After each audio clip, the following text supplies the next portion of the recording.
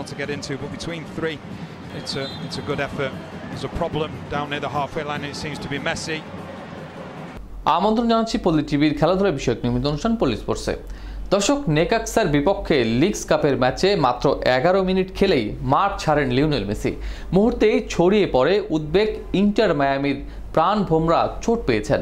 প্রাথমিকভাবে অনুমান করা হয়েছিল আর্জেন্টাইন মহাতারকা হ্যামস্ট্রিং ইনজুরিতে ভুগছেন। তবে এবার এক অভ্যন্তরীণ সূত্রের বরাতে উঠে এসেছে আরও কিছু গুরুত্বপূর্ণ তথ্য। বিস্তারিত জানাবো ডেস্ক রিপোর্ট থেকে।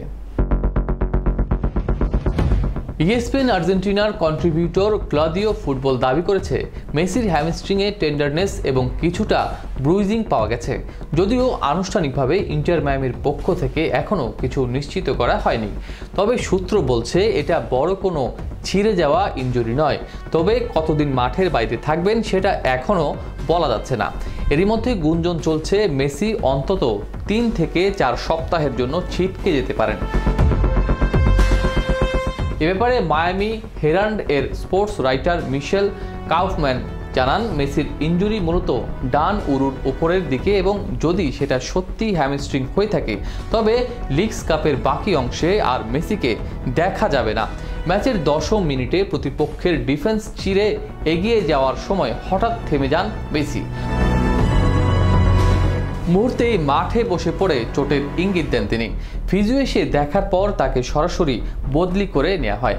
মাঠ ছাড়েন নিজের পায়ে হেঁটেই, তবে মুখে ছিল অস্বস্তির ছাপ। ম্যাচের পরে কোচ হ্যাভিয়ের মাসচেরানো সংবাদ সম্মেলনে বলেছেন, লিও হ্যামস্ট্রিংয়ের কিছু অস্বস্তির অনুভব করছিল।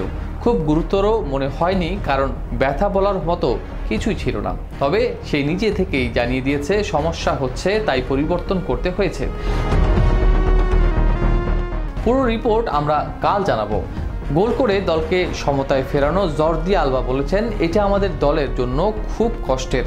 যে ইতিহাসের সেরা খেলোয়াড় ইনজুরিতে পড়েছে, ওর গুরুত্ব বলে বোঝানোর কিছুই নেই। আশা করি গুরুতর কিছুই হবে না। দর্শক, অন্যদিকে ম্যাচের প্রথম গোলদাতা তেলাস্কো সেগোভিয়া জানান, আমি মেসিকে জিজ্ঞেস করেছিলাম কেমন আছো। সে বলেছে ভালো আছি, তবে এখনও কোনো টেস্ট হয়নি। আজ পর্যন্তই। পরবর্তী পর্বে আবারও হাজির হওয়ার প্রত্যাশা। আজকের মতো বিদায় নিচ্ছি। আল্লাহ হাফেজ।